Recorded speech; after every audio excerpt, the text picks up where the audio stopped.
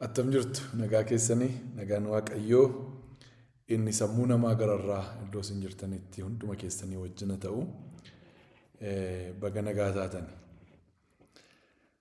Macaafa Efesooniin baraa irraa boqonnaa 2 finnee har'aa boqonnaa 3ffaa walii wajjiniin jalqabna. Boqonnaa 2 keessatti baay'ee waan dinqii barree eessa akka turre karaa Yesuus Kiristoos immoo waan taane an'asa haaraa Yesuusitti uumame isaan kan hundumaa ilaaluu dandeenyeerra. Baay'ee dhoksaa gadi fagoo dhoksaa gurguddaatu keessara. Egaa isaa keessa deddeebi'aatii dhaggeeffadhaan isiniin jedha. Macaafa Efesoon lachittuu si'a tokkotti dhaggeeffattanii si'a tokkotti intini gootadhee yaadu garuu keessa deddeebi'aa dhaggeeffadhaa yeroo hundumaa achuma isinii jira waan ta'eef.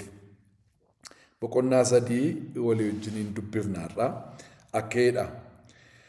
Sababii kanaaf ani Phaawulos isin warra saba Waaqayyoo hin ta'iniif jedhee waa'ee Kiristoos Yesuusiif hidhameen jira. Waa'ee hojii ayyaana Waaqayyoo adeemsisuu isaa isiniif jedhee anatti kenname dhageessaniitu ta'a. Akkuma an duraa as keessatti gabaabsee isinii caafee Waaqayyoo dhoksaasaa mul'ataa keessatti anatti argisiiseera. Kana dubbifachuudhaan dhoksaa Kiristoos hubachuu koo beekuu hin dandeessu. Dhaloota darban keessatti dhoksaan kun ilmaan namaatti hin argisiifamne. Amma garuu Waaqayyoo hafuura isaatiin ergamoota qulqullootaaf raajotatti mul'iseera. Dhoksaan kun warri saba Waaqayyoo hin ta'in wangeelatti amanuudhaan wanta Yihuudoonni argatan akka argatan isaanii wajjin bu'aa dhaqnaa tokko akka ta'an abdiisa Waaqayyo karaa Kiristoos Yesuus kenne keessaas akka hirmaataniif gochuu fi kan qophaa'ee ture jedha. Amma lakkoofsa 6 kanan dubbise. Phaawulos akkeedhu lakkoofsa 1 irratti. Sababii kanaaf ani Phaawulos jedha. Isinii warra saba Waaqayyoo hin ta'iniif jedhee waa'ee Kiristoosiifis jedhee hidhameen jira jedhe.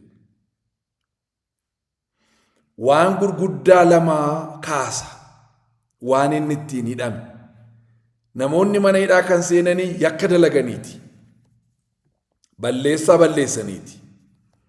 Yookaan nama miidhanii, nama rukutanii, nama lolanii, nama ajjeesaniiti.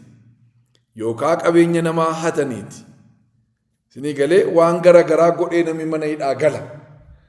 Amma garuu amma hidhameen jiranii jalqaba irratti akkuma kaafne Roomitti hidhameeti kan inni jiru mana isaa keessatti. Maaliif hidhamee? Sababa keessaniifan hidhamee isin warra ormaatiif jedheetanii hidhamee jira. Isin warra ormaatiif jedheetanii hidhameera. Tokko immoo waa'ee Yesuus Kiristoosiifanii hidhamee jira. Waan lamaaf na hidhanii. Maaliif Yesuus Kiristoosiin lallabda'atii? Sanuu ajjeefne, sanuu fannifne maaliif lallabdaa? Nama kana lallabu qabii hidhisiin jenne malee, nama kana lallabu balleessisiin jenne malee, waldaa kiristiyaanaa diigi amantii saaraa balleessisiin jenne malee, isa lallabisiin hin jenne nuyi maaliif Yesuusiin lallabda jedhaniitidhaan tokkoffaa irratti. Lammaffaa irratti immoo warri ormaa kun hin fayyuu attamitti jettaatii? Warri ormaa kun hin fayyuu attamitti jettaa? Ayyaanaan fayyaniiru maaliif jetta? Hojiidhaan miti ayyaanaan malee maaliif jetta? Ittiin jedhuuni. Lakkoofsa 2 irratti lakkoofsa 2 irratti waa inni dhageessanii waa'ee hojii ayyaana Waaqayyoo adeemsisu isaa isiniif jedhee anatti kenname dhageessaniitu. Kanaaf muuvimentii haaraa kaase namichichi. Muuvimentii haaraadha kan inni kaase. Waa'ee ayyaana Waaqayyoo adeemsisu isa waaqayyo isinii jedhee anatti kenna. Phaawulos tajaajilaa keenya jiran tajaajilaa keenya Phaawulos warra orma jedhaman tajaajila warra Yihuudootaaf miti kan inni waaman warra ormaatiif. Garuu namichi Phaawulos kuni lafa dhaqutti jalqaba kan inni itti dhaqee jalqabu mana sagadaa warra Yihuudootaa keessatti waan isin beeku. Mana sagadaa warra Yihuudootaa keessatti jalqaba ari'amee ba'a. Ergasii booddee waan biraa jalqabaa jechuudha. Yookaan qabanii iyyuu hidhu yookaan reebu kan reebichi itti hammaateef kan hidhaan itti hammaateef nama akka Phaawulos hidhame nama akka Phaawulos reebame nama akka Phaawulos ari'ame hin jiru. Ergamoota keessaa hin jiru. Maaliif isaan akka namicha kanaatti ayyaanan lallabne isaan. Inni kun tajaajilaa keenya. Ayihudiidha abbaadhaanis haadhaanis Ibricha makaa hin qabneedha inni. Dhalatee guyyaa 8ffaatti nama dhanna qabateedha. Nama piroofeesarii beekamaa jalatti seera barateedha. Fariisota keessaa tokko ture. Warra Supreme Courtii keessa iyyuu galee nama tureedha. Namni kun nama waldaa kiristiyaanaa ari'ataa tureedha. Iyesuus Kiristoos karaa Damaasqoo irratti itti mul'ate. Gaafa Yesuusiin argee kaasee namichi kun gaafa sana maalan argeedha? Dhoksaa namni nagareen argeedha gaafa sana. Maal agarteennaani? Warri ormaa warra Israa'el wajjin Yihuudoota wajjiniinitu abdicharraa utuu isaan hirmataniin argee. Isa yeroo darbe kaafne dhanni lamaan diigamee dhanni tokko Kiristoositti utuu hojjetamuun argee. Yihuudiin hin jiru ormi hin jiru amma. Kanaafiyyuu abdii isa ijoollee Israa'eliif kenname keessaa warri orma jedhaman kunis qoodatuu isaan argataniin argee. Anaaf isaaniifitu ayyaanni natti kenname. Isaan immoo kan isaan ittiin fayyanii ayyaana waaqayyootiini. Waldaan kiristiyaanaa seeraan utuu hin taane ayyaana waaqayyootiin fayyiti. Kanaaf toora seeraa lamaanirraa hukaase warra sanarraa jechuudha. Toorri seeraa sanarra ture silayyuu. Abboommotaa fi toora seeraa Yihuudootarraa kaasee warra kanaa wajjin tokko ta'anii lamaan isaaniiyyuu ayyaana waaqayyootiin akka isaan fayyanii fi hojii ayyaana waaqayyoo adeemsisuutu isiniif jedhee natti kenname. Eeyyuuf jedhee nuuf jedhee nu warra ormaa fi nu warra waaqayyootti orma ta'aniifitu hojiin ayyaana waaqayyoo adeemsisu grace movementiin jechuudha.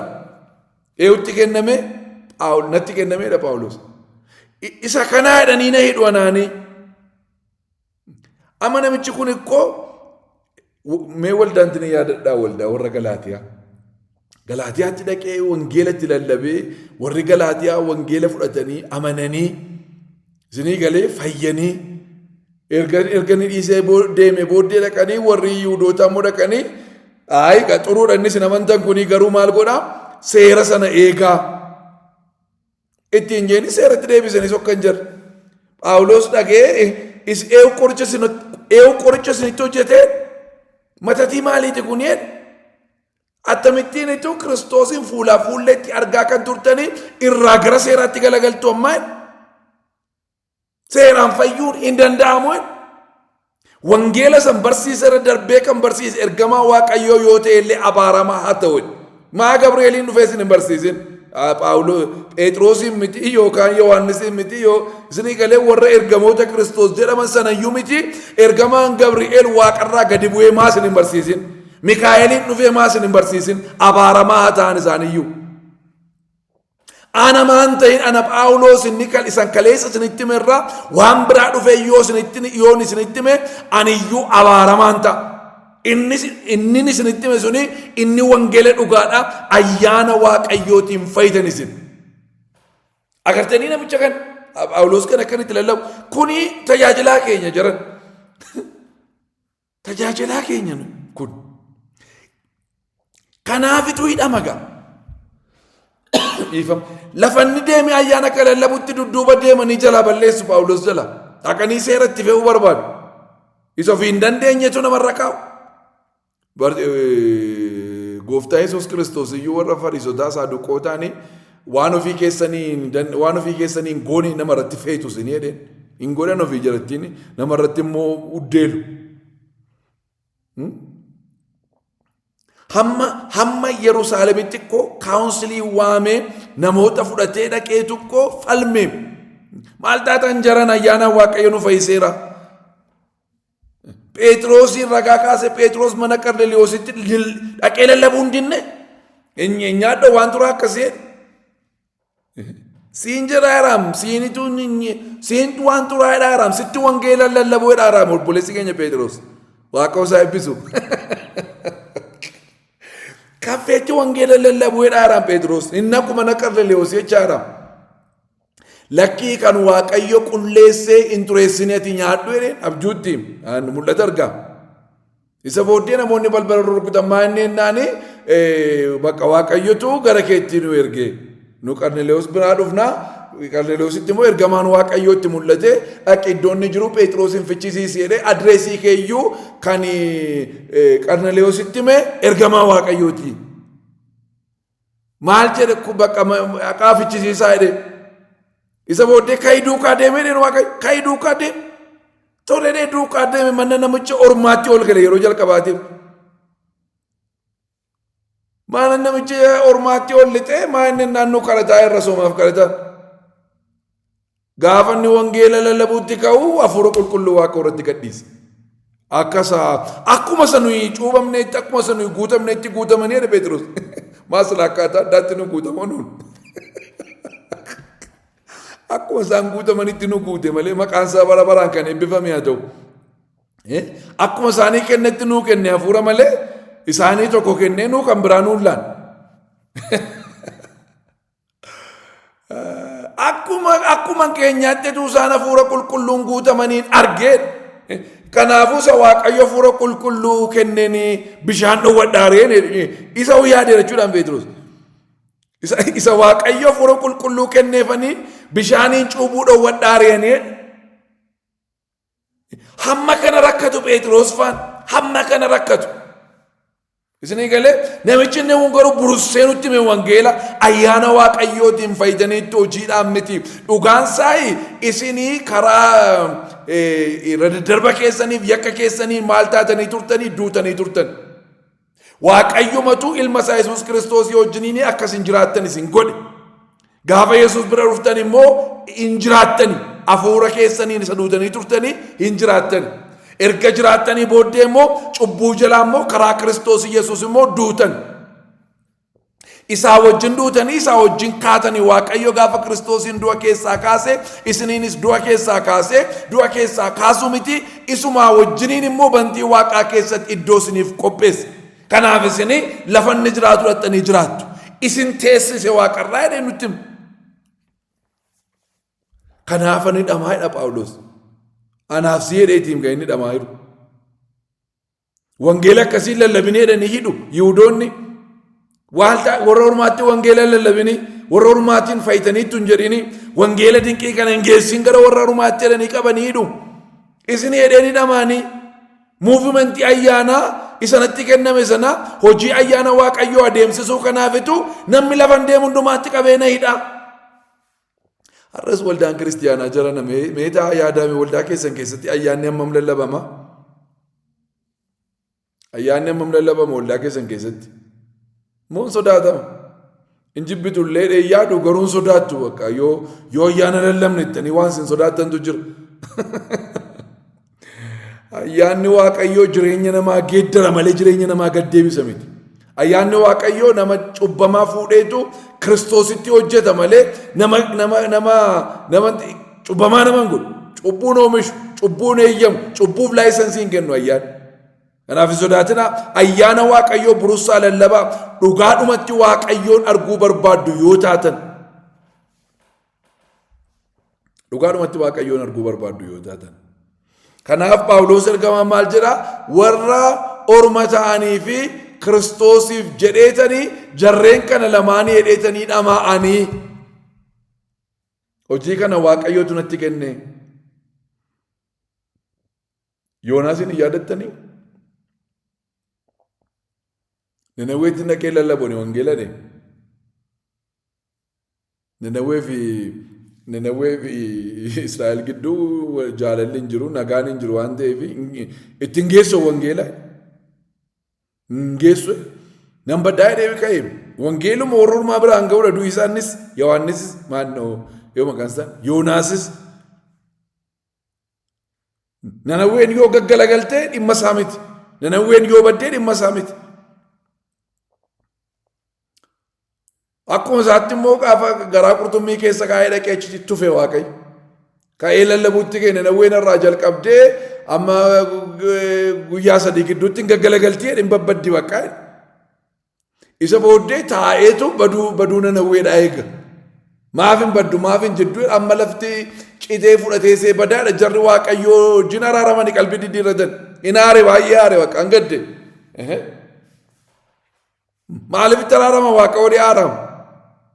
Akkuma kana nutti araaramu Waaqayyoodhaa warri hin jaallanne, nu fayyisuu Waaqayyoodhaa warri hin jaallanne, isaanii wajjiniin dhaaltuu akka nu hin taane warri hin jaallanne, abdii isaan argatan nus akka hin qabaannee fi isaanii wajjin dhanna tokko taane akka hin ijaaramne warri jibbanii Phaawulosin qabanii hidhu. Jarana nu itti gallee fi isaan qinna keessaan baanii wanti itti irratti hin jiru. Warra Yihuudootaatti wanti itti irratti hin jiru. Biyyi lafaa guutummaan yoo fayyee tokko sitti hin irratu siin. Waaqayyo badhaadhummaan isaa guddaa. Hin gaawaqa nama uume kan hundumaa fi waan ga'u qopheessee nama uume inni waan ga'u qopheessee. Hir'inni hin jiru Waaqayyo bira. Hanqinni hin jiru Waaqayyo bira. Guutuudha. Guutuudhu waa miti irra darbee dhangala'aadha firoota koo kan Waaqayyoodha. Maqaan isaa bara baraan kan eebbifame haa ta'u. Amma inni dhageessoo ammasitti akkuma anduraa as keessatti gabaabsee isinii caafee Waaqayyo dhoksaasaa mul'ata keessatti anatti argisiiseera. Kana dubbifachuudhaanii dhoksaa Kiristoos hubachuu koo beekuu hin dandeessu jedha. Amma waa'ee dhoksaa mul'ifamee kaafneerra miti reesuma keetti Efesoon keetti akkuma xiqqeessee isinii fi barreessuu yaade akkuma xiqqeessee isinii barreessuu yaade dhoksaan kunii natti mul'ateera anaaniidha. Dhoksaan kunii natti mul'ateera anaan. Dhoksaa isa turetu isa namoota kanaan dura turan raajota kanaan dura turan abboota kanaan dura turan fingalletu dhoksaa ta'e isa hafe sanatu anaan isatu natti mul'ifame isan argiyanii. Dhoksaa kana beekuu koo immoo macaafa kana dubbisuudhaanii hammam akkanaa gale wanti kun immoo isinuu beektu. Waa'een waldaa dhoksaa ture jara. Waa'ee 70 isinitti meerasa Daani'el dubbate. 70 jedheetu wanta hin ta'attiin jedhametu jira. Isa booddee 69 dhumeetu 70 hin darbini waama Yihuudoonni quban qabaatiin waa'ee waldaa kana fidee gidduu galche. Kunoo dhoksaanni ture suni natti mul'ate anaan jedhe ergamaan Phaawulos natti mul'ate anaan. Kana namni tokko iyyuu hin barree ergamoonni hin barre warri waa'ee Kiristoos diteelii haasa'anii warra akka Isaayyaas faayyuu hin galleef kun. Warri waan guddaa dubbatanii warra akka Daani'el faayyuu hin barre kan. Warra raajii gurguddaa jedhaman warra akka Hisqeel faayyuu hin barre kan.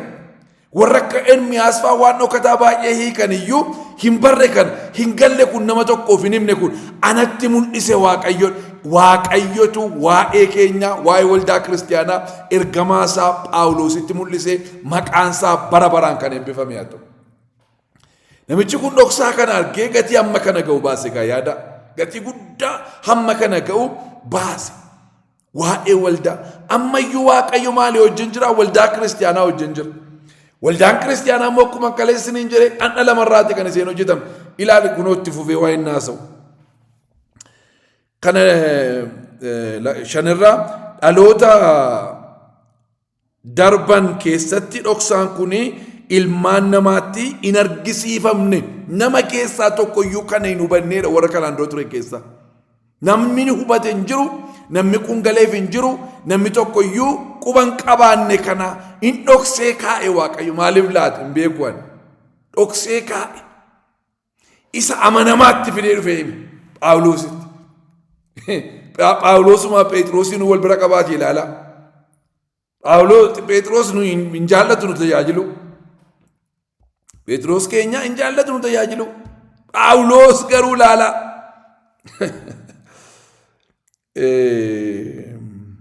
Amma garuu Waaqayyoo hafuura isaatiin ergamoota qulqullootaa fi raajotatti mul'iseera. Amma garuu hin mul'ate kun kunoo nuttis hin mul'ate nagarre nummoo keessa jiraanne kan keenya kun waa'ee ayyaanichaati inni dhokatee ture sun ayyaana isa waldaa kiristiyaanaa fayyisuudhaaf ergame dhufaatii hafuura qulqulluuti. Hafuurri qulqulluun dhufee Kiristoosiin namootatti waldaa kiristiyaanaatti akka inni mul'isuuf waa'ee misirrittiiti. Misirrichaaf qopheessu kana qopheessaa kan jiru hafuura qulqulluu kuni warra raajota kanaan dura turan hin dubbatamne kun dhokataa ture. Amma garuu maal godhe hin mul'ise. Kanaaf hiiknee dubbachaa jirra nus. Waaqayyoof galanni haa ta'u. Dhoksaan kuni warri saba Waaqayyoo hin ta'in wangeelatti amanuudhaani wanta Yihuudoonni argatan akka argatan isaanii wajjinis bu'aa dhagna tokko akka ta'an abdii isa Waaqayyo karaa Yesuus Kiristoos kenne keessaas akka hirmatan gochuufi kan qophaa'e ture jedha. Dhoksaan kuni warri saba Waaqayyoo hin ta'in wangeelatti amanuudhaan nuyi wangeelatti akka amannu dhoksichi. Nuyi akka nuyi wangeelatti amanu Waaqayyoof bara baraan galanni haa ta'u. Dhoksaan sun hin mul'ifame. Kunoo nuyi maanni wangeelatti amanaa jirra kun maqaan isaa bara baraan kan eebbifame haa ta'u. Dhoksee nuu kaa'e Waaqayyo kan dhoksee nuu kaa'e. Isa warri saba Waaqayyoo hin ta'in wangeelatti amananii isa booddee erga wangeelatti amananii maal ta'an? Wanta Yihuudoonni argatan akka argatan. Wanta Yihuudoonni argatan hundumaa hin argannu nuyi. Ispeeshaalii miti jechuudha amma isaan walqixxeedha nuyi Yesuus keessatti. Waan isaan argatanii maaliin arganne wangeelatti amanuudhaan. Wangeelatti amanuun keenya kun immoo karaa kamiin nuu kenname? Karaa ayyaana isaati. Isa kanatu ergamaan Phaawulos nuu fide jechuudha. Misiraachoo kana qabatee dhufeen. Misiraachoo kanaaf kan inni immoo hidhaatti, reebichatti, rakkinatti, ari'annaatti, gidiraatti kan inni darbuu fi sababa kanaatiif maaliif jara kanatti wangeela himtaati? Akkamittiin isaan nu wajjiniin wanta nu argannu hundumaa akkamitti argatu nu arganneef ittiin hir'atu nu arganneef jalaan dhumu. Guutuudha inni hunduma keenyaaf maqaan isaa bara baraan kan eebbifame haa ta'u. Wanta Yihuudoonni argatan akka argatan isaanii wajjinis bu'aa dhagna tokko akka ta'an Yesuus mataa jenne Yesuus mataa nummoo bu'aa dhagna waliiti. Bu'aa kanatti Yihuudoonnis jiru, Eeshiyaan jira, Adiin jira, Afrikaan jira. Sanyii nama hundumaa, qomoo nama hundumaa, afaan dubbatamu hundumaatu itti jira. Mul'ata Yohaannisiin yaadattu miti tuuti soonaan baay'eensaa sabni lakkoofsa hin qabne waaqarratti akka hin arge Yohaannis. Isaan kun eenyu fayyadee akka gaafate maanguddoon eenyu fa'i isaan kun jennaan warra dhiphina guddaa sana keessaa dhufanidha jedhanii. Isaanii afaan sanyii qoboo nama hundumaatu iddoo sana jira. Waaqayyoof galanni haa ta'u. Kanaafiyyuu waldaan akka kana jedhu waldaanii hundumaarraa kan ijaaramtedha. Warra ormaatii fi nu hundumti keenya orma Yihuudii irraa kan hafe warra ormaatii fi warra Yihuudii dhandha lama dhandha ormaa dhandha Yihuudii dhandha lamaan kanarraatu dhandha tokko fide dhandha haaraa ofiisaatti isa ofiinni mataa ta'e nummoo bu'aa dhandha taanutti nu fide jechuudha. Kanaafiyyuu Yihuudiidhaa wajjiniin bu'aa dhannaatti ijaaramne jechuudha. Waldaa kiristiyaanaa keessa Yihuudoonnis jiru. Yihuudoonnis jiru waggaa 2000 kana darbani. Yihuudoonnis keessa jiru of course. Macaafa qulqulluun keenyas sencharii tokkoffaa keessatti sencharii jalqabaa keessatti Yihuudoonni turaniiru. Wangeelicha iyyuu isaantu nuu fidee nutti lallabe. Kunoo Phaawulos kun warra Yihuudii keessaa tokko isaanuma wajjiniin qooda akka nuyi qabnutti nutti maayiraa jechuudha. Kanaafuu waan isaan argatan hundumaa arganne. Maaliin? Wangeelatti amanuudhaan. Inni maal ture? Dhoksaa ture. warra kanaan dura turanitti mul'ifamne kun amma garuu maal ta'e hin mul'ate raajotaaf ergamoota isaatti qulqullootatti mul'ate dhoksaan kun maani dhoksechi isa warri ormaa wangeelatti amanuudhaan immoo maaltu ta'e waan yihuudoonni argatan hundumaa arganne tokkoffaa lammaffaa isaanii wajjiniin dhanna tokkotti hojjetamne dhanna tokko taaneetu isaanii wajjiniin ijaaramne jedha Yesuusitti. Sadaffaa abdii isa Waaqayyo karaa Kiristoos Yesuus kenne keessa akka hirmaattan gochuu fi kan qophaa'e ture. Abdii isa Waaqayyo karaa Yesuus Kiristoos kenne keessaas maal taane nuyi hirmaattoota taane. Hirmaattoota taane. Hirmaattoota taane. Dhoksaa kanaafin hidhamaayera jedha Phaawulos keenya. Lakkoofsi 7 akka kennaa ayyaana Waaqayyootti ani wangeela kanaafi hojjetaa ta'eera. Kunis gochaa humna isaatiiti. Akka kennaa ayyaana Waaqayyootti akkamitti akka kennaa ayyaana Waaqayyootti. Amma an filadhee malallabaan taane. Filadhee malallabaan taane. Inni sunis filatee faarfataa ta'a miti. Inni sunis filatee raajii ta'a miti. Afuura qulqulluutu Qorontos duraa boqonnaa 12 dhaqaa ilaala. Afuura qulqulluutu akka jaallatetti namootaaf kennaa kenne. Afuurri qulqulluun akka jaallatettitu namootaaf kennaa kenne. Namootaaf akka jaallatetti kennaa kenne malee akka jaallannetti dhannee keessaa waan barbaannu luqqifanne miti. Akka barbaannutti dhannee fudhanne miti keessaa. Waama nutti tole piikii goone miti. Isatu akka jaallatettitu nuu hire. Kennaa hiruun kan maaliiti? Kan afuura qulqulluuti. Afuura qulqulluuni hojiinsa Yesuus Kiristoosin mul'isuudha inneera. Eenyuun daatee immoo mul'isa? Namootaan daate. Eenyutti mul'isa? Namootatti mul'isa. Namootatti mul'isa, namaan daatee mul'isa. Kanaafiyyuu ana bira dhufeetu karaa kee kafee lallabaananii Yesuusin mul'isaa naan jedha. Kanaafuu kennaa lallabaanaa kenne jechuudha. Inni afuura waan ta'eef qaama isa waan barbaachisuuf. Ani immoo afuuras qaba qaamas qaba waan ta'eef nama isa barbaachisaa jechuudha afuura qulqulluu. Nama isa barbaachisa.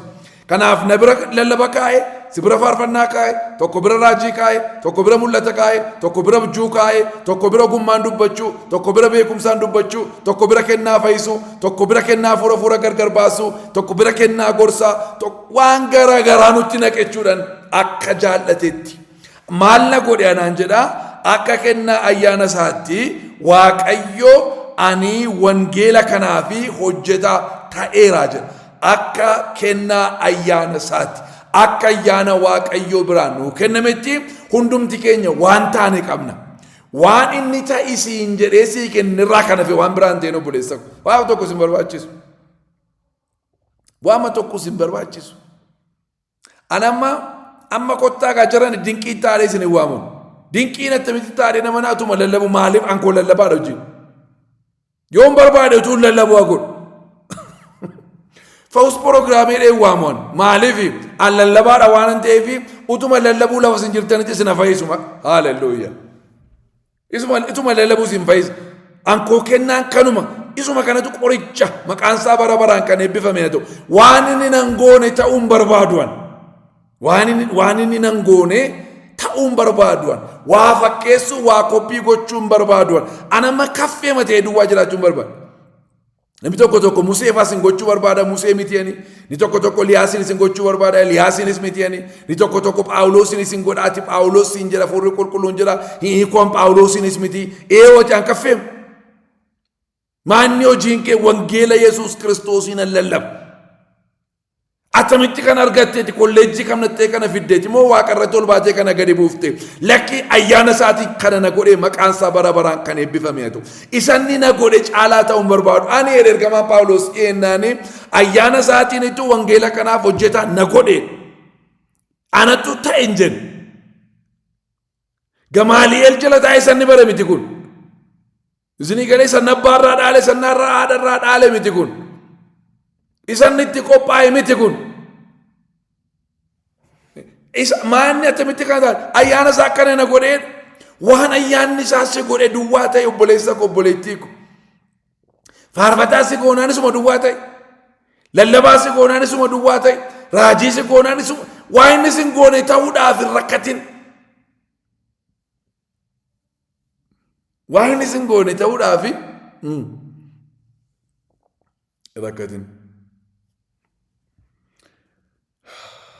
Waama namarraa agartaniin waldaa keessan keessatti yaalinaa jiran waama namarraa agartan nama bishaan gurguru agartanii bishaan hin gurgurina yookaan illee suuqii isaa banadhaati bishaan isa dhugan nutti gurguraa malee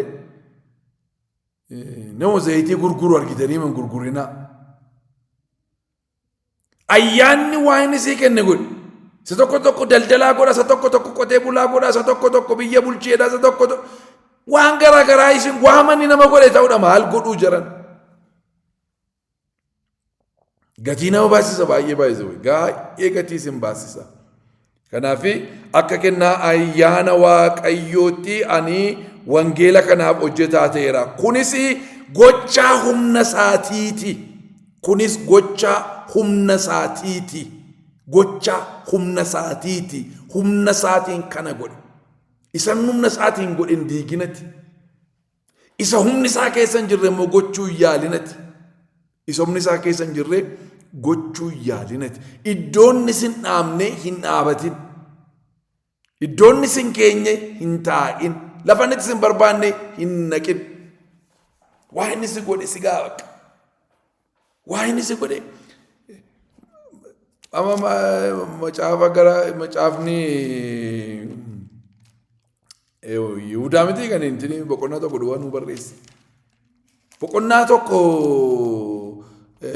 duwwaa yoo ta'een kee maal dinqii miti jedhan hin ga'u maal. Faarfannaa tokko bakka singilii tokko yoo baafte hin ga'u maal. Waa inni sii kenne duwwaa gochuun nurra malee itti rakkachuun barbaachisaadha dhee yaaduun Waaqayyo keenyaaf bara baraan galanna ta'u. Kanaaf ergamaan Phaawulos ergaa gara ergaa Yihudaan ergee dhalaa boqama boqonnaa ta'uu qabdi. Lakkoofsa meeqa qabdi masheenii?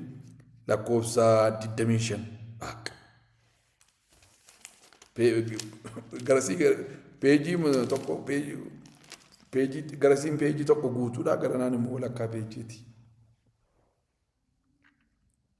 Wanti xinnoof guddaa miti maal sitti kenneedha malee tokkotti 5 kennee tokkotti 2 kennee tokkotti 1 kennee maal abbaan isa tokko ba'eessa godhee ittiin hojjetu tokkoon ba'eessa godhee hojjetee tokkoon itti kennite tokkoon buufadhe deen fidu gammachuu gooftaa keetti galii ittiin jedhama isaanis tokko sitti kennee tokkumaan hojjetu isa abbaa lamaa qoqqolee isaa qaaqxee erkaa fuudhuu yaalin. Isa lamaatti immoo 2 kenname bakka lamaan hojjedhutti isa abbaa 5 sanan kajeelin. Akka inni akka humna keenyaatti akka dandeettii keenyaatti akka dizaayin godhee nu hojjetetti akka nu hojjetetti humna isaatiin kana godha waan ta'eef maal hojii humna isaatiin wal loluu danda'ame. Maal hojii humna isaatiin wal loluu danda'a. Inni ani warra Waaqayyoof qulqullaa'anii hundumaarraa nan xinnaadha. Haa ta'u iyyuu malee badhaadhummaa Kiristoos isa bira ga'uun hin danda'amne saba Waaqayyoo warra hin ta'initti misraachoo akka lallabuu fi ayyaanni kun anaaf kennameera jedha. Ani warra Waaqayyoof qulqullaa'an hundumaarra nan xinnaadhaanii. Ani hundumaarra nan xinnaadha. Anatu nama guddaa ta'e, anatu nama jabaa ta'e bakka jabina koo humna koo dandeettii koo amanatee miti. Warra Waaqayyoof qulqullaa'an hundumaarra nan xinnaadha. Hundumaa dudduuban dhufesi. Hundumaa dudduuban dhufesi. Hunduma isaa irra nan xinnaadhaani. Garuu immoo maaleedhee badhaadhummaa Kiristoos isa bira ga'uun hin danda'amne. Ameen. Badhaadhummaa Kiristoos isa bira ga'uun hin danda'amne. Saba Waaqayyoo warra hin ta'initti anaaf isinitti maaloo badhaadhummaa Kiristoos isa bira ga'amuun hin danda'amne. Eewutti saba Waaqayyoo warra hin ta'initti misraachoo akka lallabuuf ayyaanni kun anaaf kenname. Isa lallabu beeka. Eenyunni Kiristoos isa badhaadhummaa isaa bira ga'amuu hin dandeenye. Kiristoos isa badhaadhummaa isaa bira ga'amuu hin dandeenye. Eewutti warra saba waaqayyoo hin ta'initti eenyuuf akka waamaman beeka Phaawulos. Eenyuuf akka ergamu beeka, eenyutti akka ergame beeka. Isaanitti maal akkan himuuf misraachoo engaddas kana isinitti kaaseera. Kan isin lallabdan jiran misraachoo duwwaan. Kan kee misraachoo wangeela lallabdat beeki. Isa kan biraa dhiisi misraachoo lallabe. Phaawulos misraachoo lallabe. Misraachoo lallabuudhaaf waamamte ati. Waaqayyo bara baraan maqaan isaa kan eebbifame haa ta'u. Maanni misraachooni Yesuus Kiristoosiin lallabuudhaaf. Yesuus Kiristoos namaa goe lallabuudhaaf. Badhaadhummaa isaa isa biraan ga'amne sana himuudhaaf. Ani hedheennaani isa Kiristoos isa badhaadhummaan isaa biraan ga'amne eewutti warra ormaatti warra saba waaqayyoon ta'initti lallabuudhaafanii waamame. Waamicha ofii beekuus akkasiiti gaa. Waama dadhabaa tokko waanuma zamanaawwii tokko lallabuudhaaf miti. Isa bara baraan jiraatu isa badhaadhummaa isaa bira ga'amuu hin dandeenye, qixxee badhaadhummaa isaatti eenyuyyuu dubbachuu kan hin dandeenye, badhaadhummaa isaa sammuu nama hundumaa gararraa kan ta'e Yesuus Kiristoosiin eenyutti warra ormaatti misraachoo kana himuudhaaf ayyaanni naa kenname anaaf. Sababii ayyaanni kennameefi beeka jechuudha.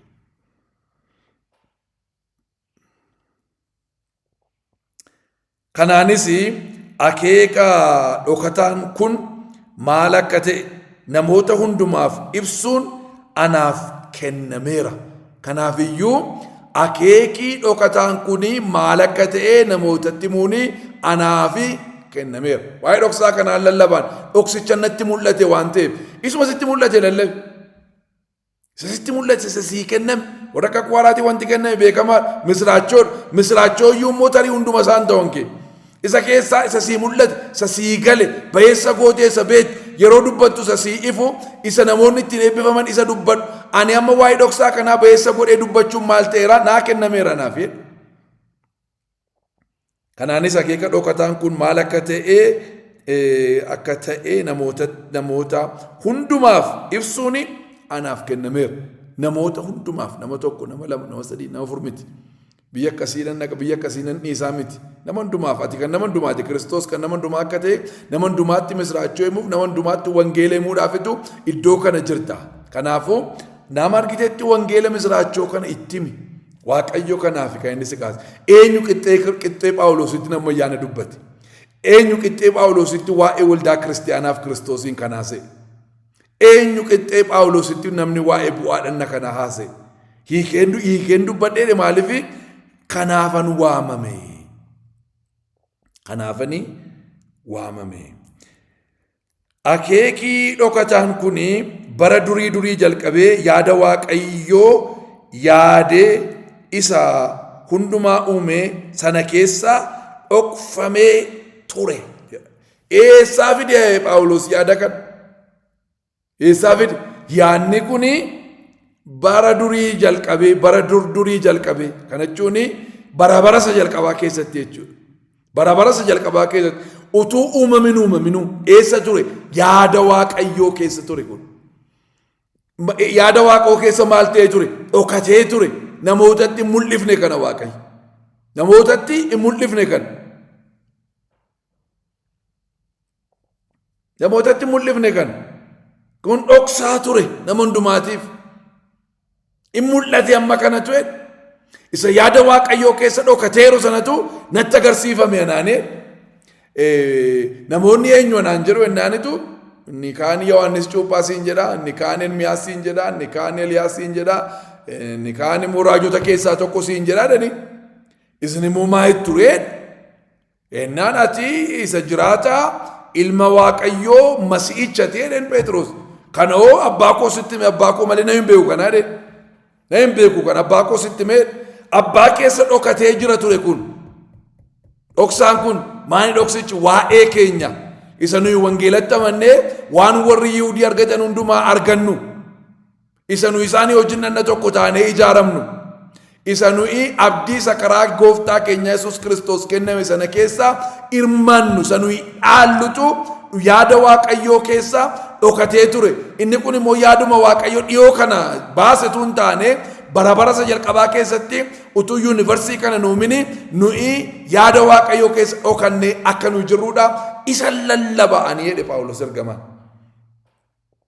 Isatu nutti mul'ate jechuudha nuun. Maqaan Waaqayyoodha bara baraan kan eebbifame haa ta'u. Amma lakkoofsa 9tti dhufnee baay'ee deemne har'a 10 kaanee immoo yeroo walitti deebinu itti fufna.